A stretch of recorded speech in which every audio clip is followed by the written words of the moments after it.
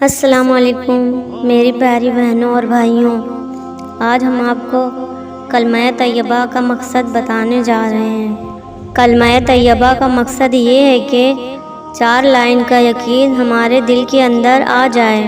لا الہ الا اللہ سے 2 باتوں کا یقین اور محمد رسول اللہ سے 2 باتوں کا یقین۔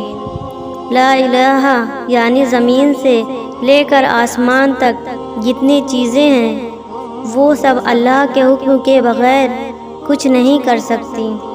الا اللہ سے مقصد یہ ہے کہ ان ساری چیزوں کے بغیر اللہ سب کچھ کر سکتا ہے۔ اگر ہماری زندگی میں محمد رسول اللہ صلی اللہ علیہ وسلم کے طریقے موجود ہوں، دنیا کی کوئی چیز بھی موجود نہ ہو تو بھی ہم دونوں جہاں میں کامیاب ہو جائیں گے۔ اگر ہماری زندگی میں محمد رسول اللہ صلی اللہ علیہ وسلم کے طریقے موجود نہ ہوں تو دنیا کی ساری چیزیں موجود ہوں تو بھی ہم دونوں جہاں میں ناکام ہو جائیں گے۔ اور اس کے فضائل، حضور اقدس صلی اللہ علیہ وسلم کا ارشاد ہے کہ جو بھی بندہ کسی وقت بھی دن میں یا رات میں لا الہ الا اللہ کہتا ہے تو اعمال نامے میں سے برائیاں مٹا دی جاتی ہیں اور اس کی جگہ نیکیاں لکھ دی جاتی ہیں۔ حضور اقدس صلی اللہ علیہ وسلم کا ارشاد ہے، لا الہ الا اللہ والوں پر نہ قبروں میں وحشت ہوگی نہ میدان حشر میں۔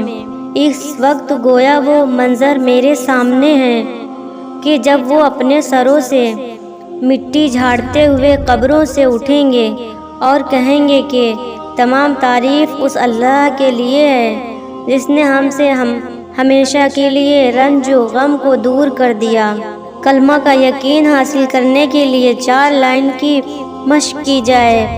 اٹھتے بیٹھتے، چلتے پھرتے، سفر میں، حضر میں کلمے کی دعوت خوب دی جائے، یعنی کہ حلقوں میں بیٹھ کر غور و عظمت سے سنا جائے، خدا کی قدرت پر غور کیا جائے، بغیر ستونوں کے آسمان کا کھڑا رہنا، بادل سے بارش کا برسنا، زمین سے غلے کا اگنا، زندہ مرغی سے مردہ انڈے کا پیدا ہونا، مردہ انڈے سے زندہ مرغی کا پیدا ہونا وغیرہ وغیرہ چیزوں پر غور کریں۔